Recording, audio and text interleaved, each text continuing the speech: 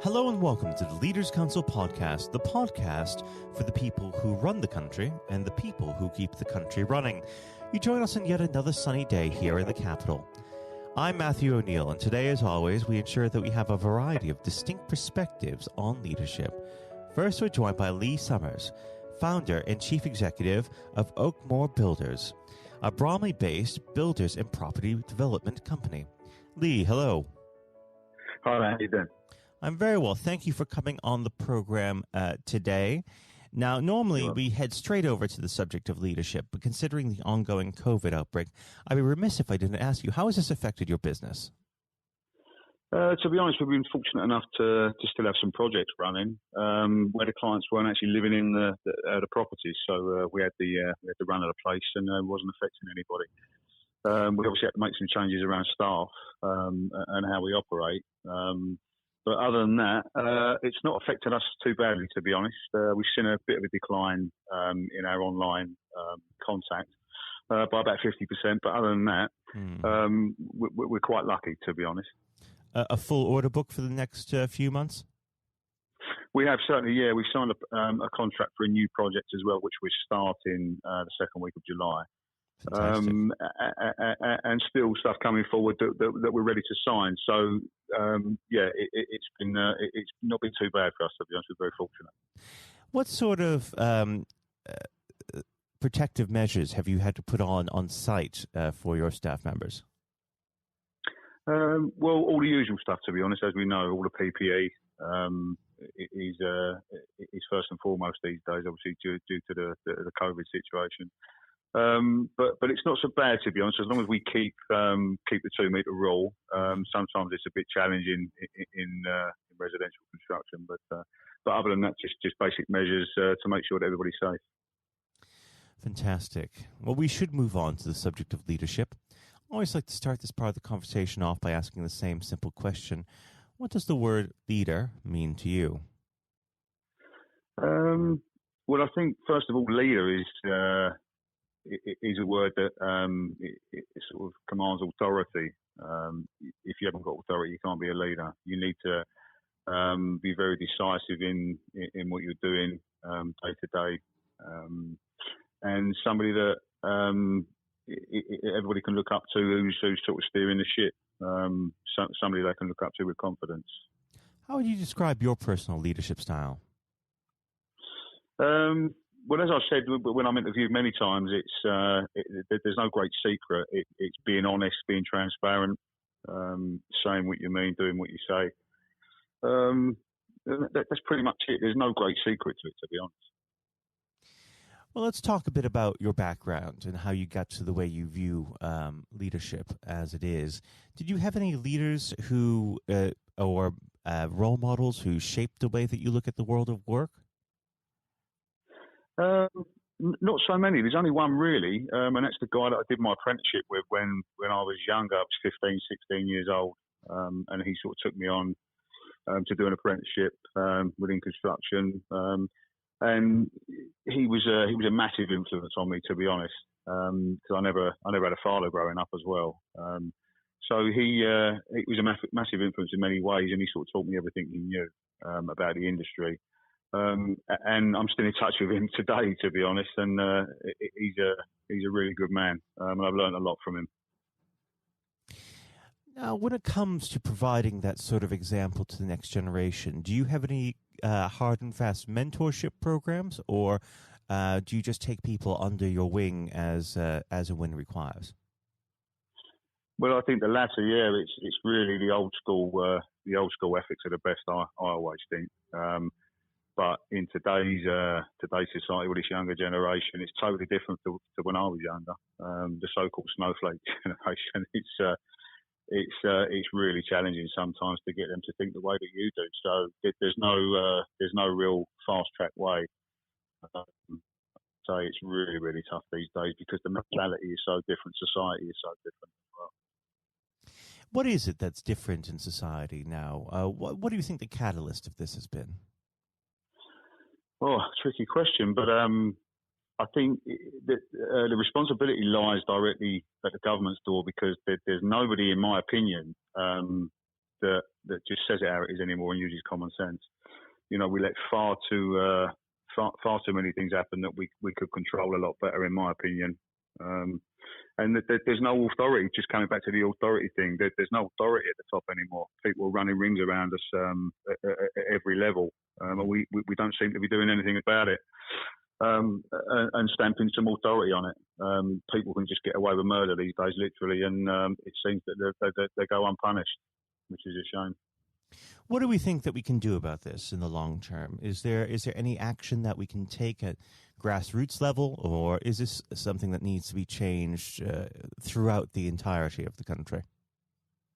Well, the whole system needs to be changed, to be honest. I know this is going to be a tricky one. It's never going to happen. But what we need is somebody right at the top to sort of follow in the footsteps of the great Margaret Thatcher, which would certainly change things because, like I say, we need some authority.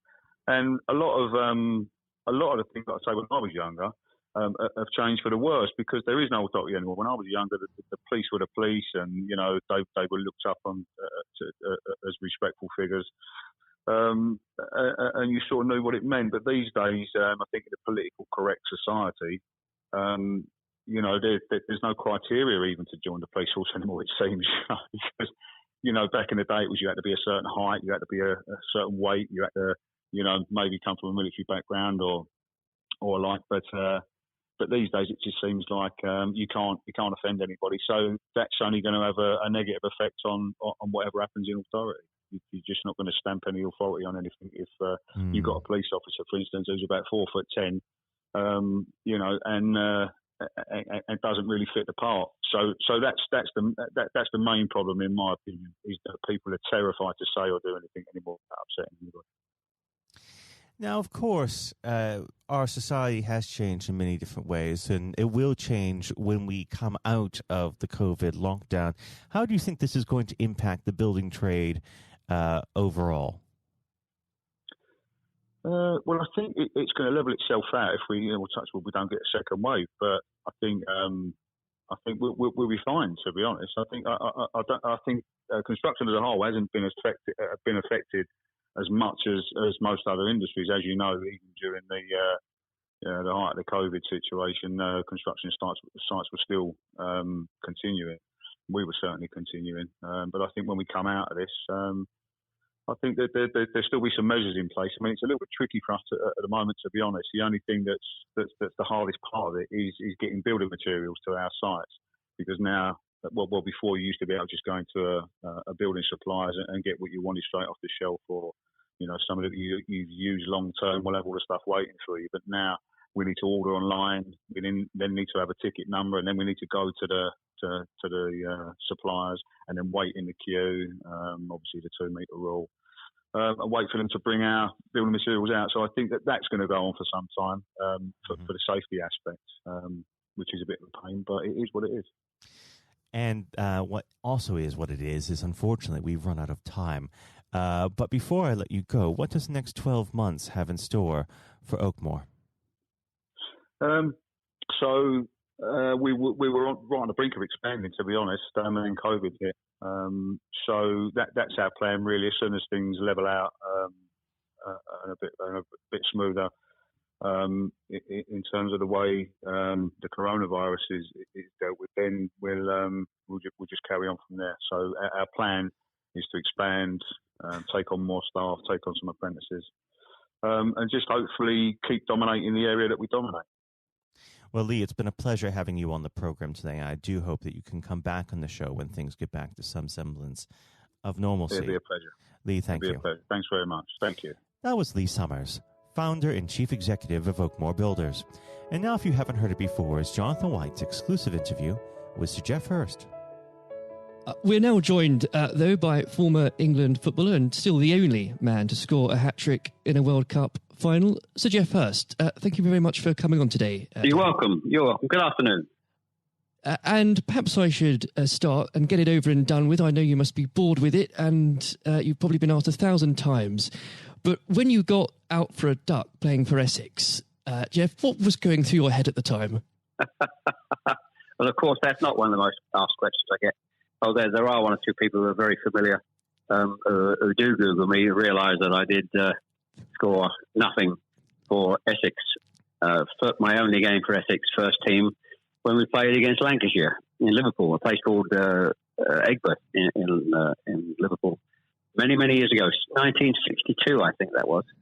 So I didn't. I didn't really feel it at the time. It was lucky to be playing. I guess there were one or two injuries, but the problem that I had was really messing about between the two sports. That was very detrimental to me over that period of time, being stuck between the two sports.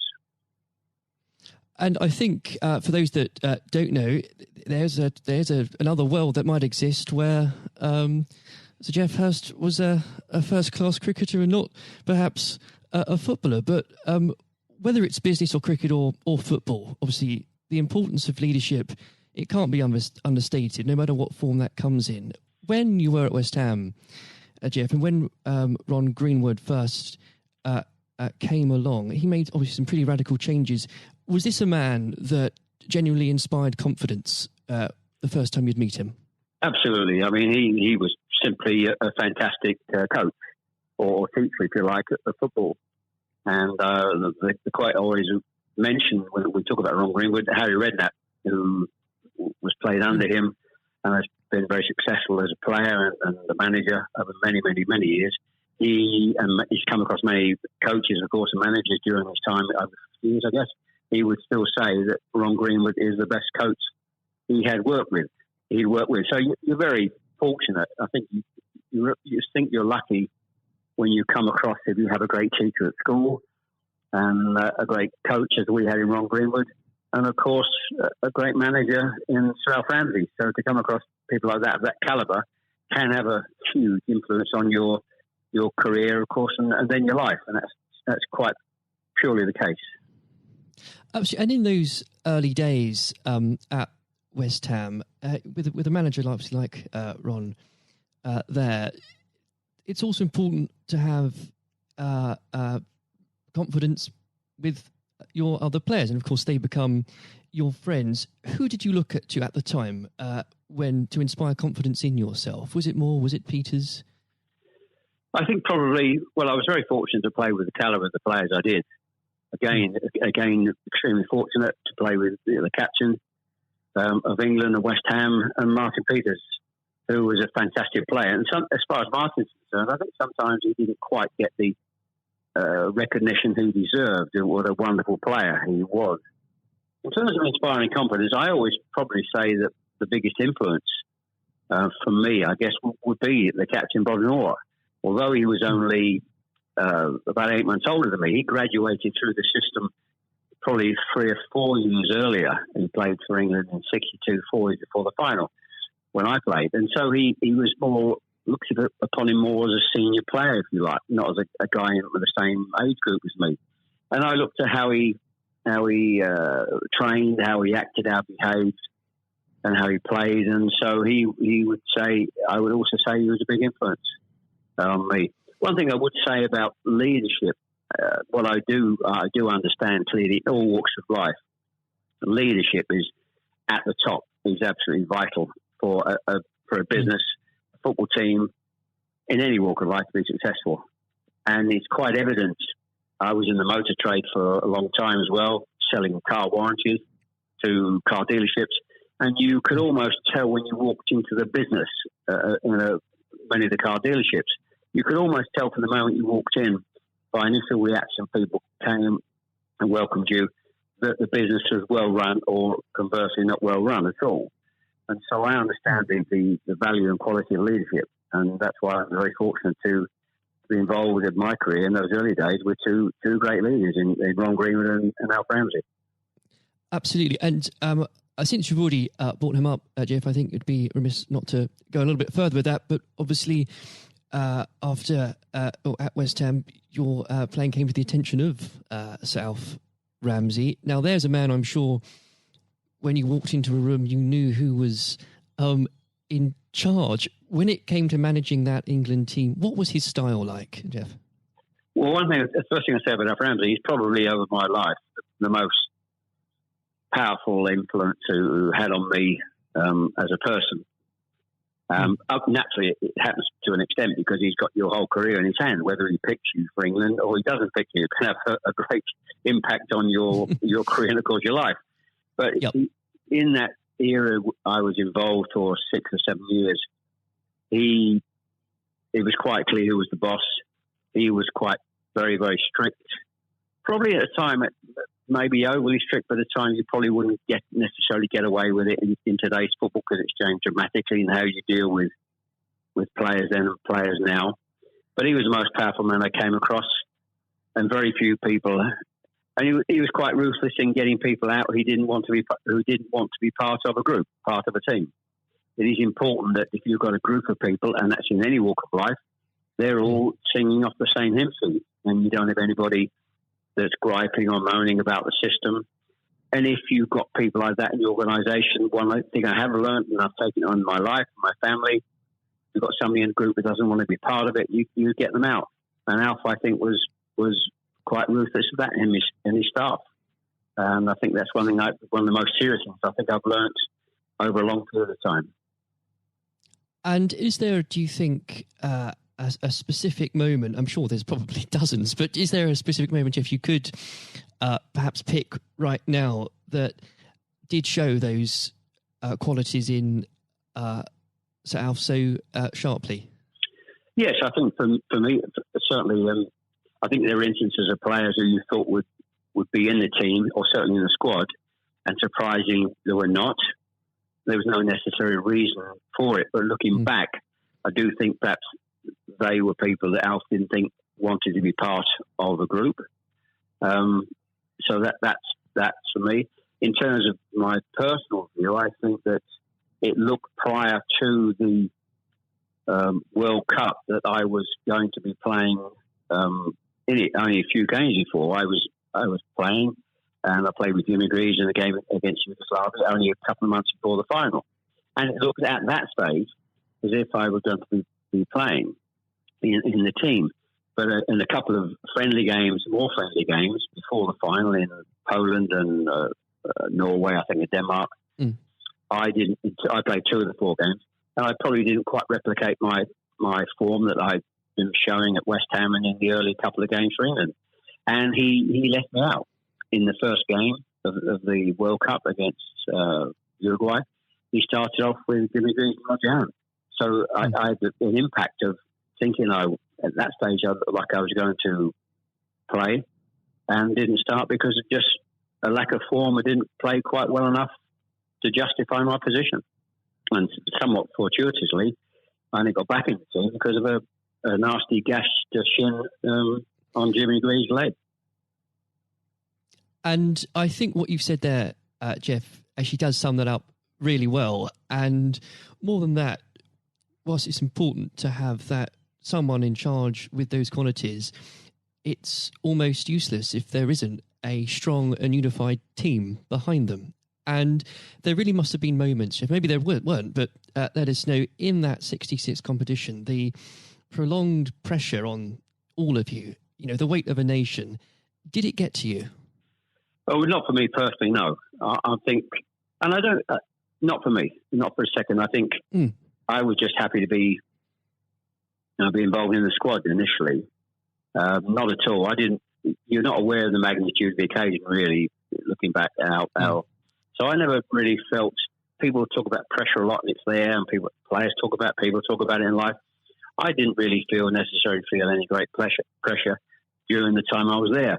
And what is also important to say about Alf Ramsey, the people he left behind that were left in the squad after he moved 1 or 2 players out, the squad were a bunch of very hard-nosed, professional, top-quality people. And that was, again, the leadership that Al showed. He got people in together that were very, very strong personally. And I think that was part of the success we had. We were I always describe our group as hard-nosed professionals. We have some great players, but overall they were great hard-nosed professional players. And great quality people who we've kept in contact with, over the years. And Geoff, I've got to ask, and I'm not making this up, I've genuinely heard that people do ask you whether or not you realised there were people on the pitch at that moment, I imagine you were busy on something else. Well, I did some theatre shows last year. They've gone fairly well, and we're going to do a series of theatre shows, in fact, starting this week, over the next 2 or 3 months. And at the end of the theatre shows, we have about 20 minutes where we allow the people in the audience to ask questions. And I won't mention both. They're too long to talk about both questions. The other one's a really stupid one. It's too long for me to tell you. It's absolutely ridiculous. But the other ridiculous question I get asked, did I realise there were people on the pitch? And of course I jokingly say, yes, I was just about to shoot to score the goal. And I looked round, put my foot on the ball and looked round for a little while and said, oh dear, there are 6 or 7 people running on the pitch. So that's, I've been asked that once at one of the theatre shows. So I make a joke about that and saying, yes, I put my foot on the ball and waited to just have a glance round, you know. Maybe it does prove there are things such as stupid questions, really. Oh, yeah, there certainly are. I've got another one which I won't bore you with. It won't be too long to tell you. I was in a Jersey, or Channel Line, Jersey or Guernsey, 2 or 3 years ago, and most stupid, irrelevant questions, absolutely nothing to do with football whatsoever, which was absolutely, but I can use that now because it is quite funny. Well, maybe another time then, but we... well, you want me? I can tell you if you want. You got time? I can tell you if you want. Jeff, go on. Go. I think it would be silly if I said no at this point. Okay, so I was doing at a dinner in the Channel Lines, 300 or 400 people, black tie dinner, guest of honour. On this occasion, I was speaking for about 20 minutes, then allowing questions from the audience at the end of the evening. And there was usual football questions, and then all of a sudden I had somebody at the back who asked a question. I didn't quite hear what he said. He didn't have the microphone with him. So I said, I didn't hear what he said. Can you please give this chap the microphone so I can hear clearly what he said? So the chap had the mic and he said, when a turtle loses its shell, is it naked or is it homeless? Right. What a question. What a question. I think that would be definitely in the stupid category, wouldn't it? So we had a laugh about that. You've got to have a patient of a saint, I think, sometimes to put up with things like that. But then again, I found it amusing. I just found it amusing. In fact, some of the audience found it highly amusing as well. So it did make me laugh that day. If you can put up with my questions, you can probably put up with anything. But there would have become a point, though, Geoff, I think you were a young man when obviously this happened, when you must have realised that teammates, began looking at you for leadership. Is that something that occurred to you, or did you just realise that by one way or the other, people actually begin to look up for you for inspiration? Well, possibly. That's never really struck me until you've actually mentioned it now, quite frankly. It's a new question. Does anybody look up to me? I'm sure perhaps there are people who pay you compliments of fans of West Ham and Stoke, and of course England fans who I think probably it would be very immodest of me to suggest that I felt that somebody was looking to me for inspiration. You don't have to, but I will. It's okay for a third party to do it. Perhaps that may have been the case over the years. People look at you and maybe it has a helpful effect. But I do think you how you behave and set examples on and off the pitches, people must realise that has an influence. How you react and behave to situations on and off the field surely probably has an impact to younger players coming into the team latterly. And with that, looking at football today, is there anybody that you think particularly on the field or the sidelines that strikes you as someone with those qualities that you could identify in a natural leader? Well, current players, you mean? Oh, players, managers, anybody that you look to today, really? Well, I think some of the outstanding. I think the best example about a leader at the moment is Klopp at Liverpool. He has been absolutely fantastic to acquire the players and get them to. Their attitude is absolutely fantastic. They're great players, but there's more than just being good players in football. It is need to have good players with a fantastic attitude, and their willingness to work for each other and the team is absolutely outstanding. Hence these unbelievable results. There are, and the great players not always succeed as individuals, or probably even certainly as a team if you haven't got the right attitude alongside it.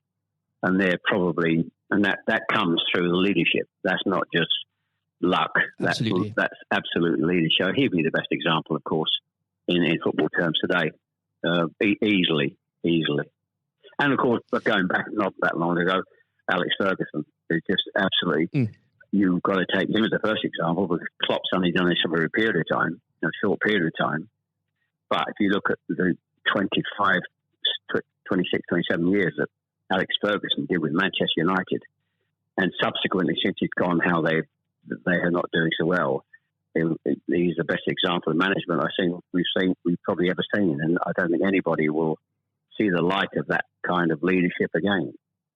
It's absolutely astonishing. And do you think, could you imagine Sir Alf or even Ron Greenwood managing teams today? Yes, I think so. I think yes, no question at all. I think Ron Greenwood. Yeah, the answer, straightforward answer is yes. Good answer. The straightforward answer is yes. I can elaborate as much as you want, but the straight answer is absolutely categorically yes.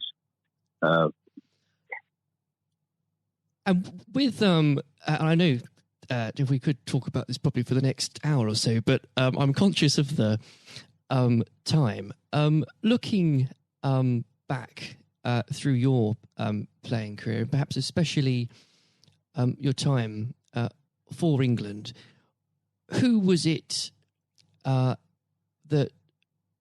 struck you more than anyone else on the pitch that displayed qualities of not just leadership but companionship and level-headedness that you think that have stuck with you all these years later? Well, I think I was very fortunate, and I wouldn't pick any one player out. I think looking at that, so many, and that's why we were successful, because we had so many showing all those qualities that you just mentioned throughout the team. I think that was outstanding, and it's an opportunity to talk about all of them in that breath. And there was nobody, and going back from an earlier question for me, all hard-nosed professionals, good teammates, good socially, and that's why we kept in touch with each other on our golf days every year up until about 5 years ago. Of course, with the sadly dwindling numbers, we still got on. Our wives got on all together all those years later. It didn't just finish after '66. That reunion, that camaraderie, that team spirit. Getting on with each other lasted for a long time, and I wouldn't. When you put those questions and how you categorise those, I would pick every one of the 11 players who you put in that category that were like that. There was nobody else; they were all outstanding, and I think that was a big part. I can't stress how big a part that was, and I've said that many times, for the success of the team. We had some great players. We had some great players, of course. But without the attitude alongside that, going back to an earlier question, we wouldn't have been as ultimately as successful. Exactly. Without that, the whole will never be greater than the sum of its parts. But with it, yes, the word is team. The word is team. Absolutely. And I always use the word team when I talk. Sometimes together, everyone achieves more, and that's the same in any walk of life. That's fundamental. And lastly, Geoff, looking, if you were to give advice, and whether this is in sport or business or indeed any other walk of life, what would you identify, if you can, as the key tenet that you can't go without in terms of leading a team, no matter what that team is? Single-mindedness, dedication, dedication to the job, thinking about that role, that job in leadership all the time. It's a huge part of your life. I don't think you can switch off when you're in business at the top level or sport at the top level. You may, have a couple of weeks holiday, but I'm even sure if these top managers and leaders in all walks of life are away on holiday on a beach somewhere warm, I'm sure they will not switch off for 2 weeks and completely not think about their role as the boss of an organisation. And I think you're completely focused. You're always thinking about things, thinking about improvements, and it's just dedication and tuning your life to being successful. Excellent. Well, Geoff, on that point, thank you very much for joining us today. You're welcome. Nice to have a talk about this and just go over the past and just refresh my own memory about the quality of the players I grew up with. Excellent. Another time, it would be great to talk again. Thank you, Jonathan. Thank you. This has been the Leaders Council podcast. Thank you for celebrating excellence in leadership with us. I have been your host, Matthew O'Neill. Until next time, goodbye. Thank you for listening to our podcast. The views expressed within the podcast do not reflect the views of the Leaders Council of Great Britain and Northern Ireland, its parent company or subsidiaries, members of staff, other guests, or any other person therein associated.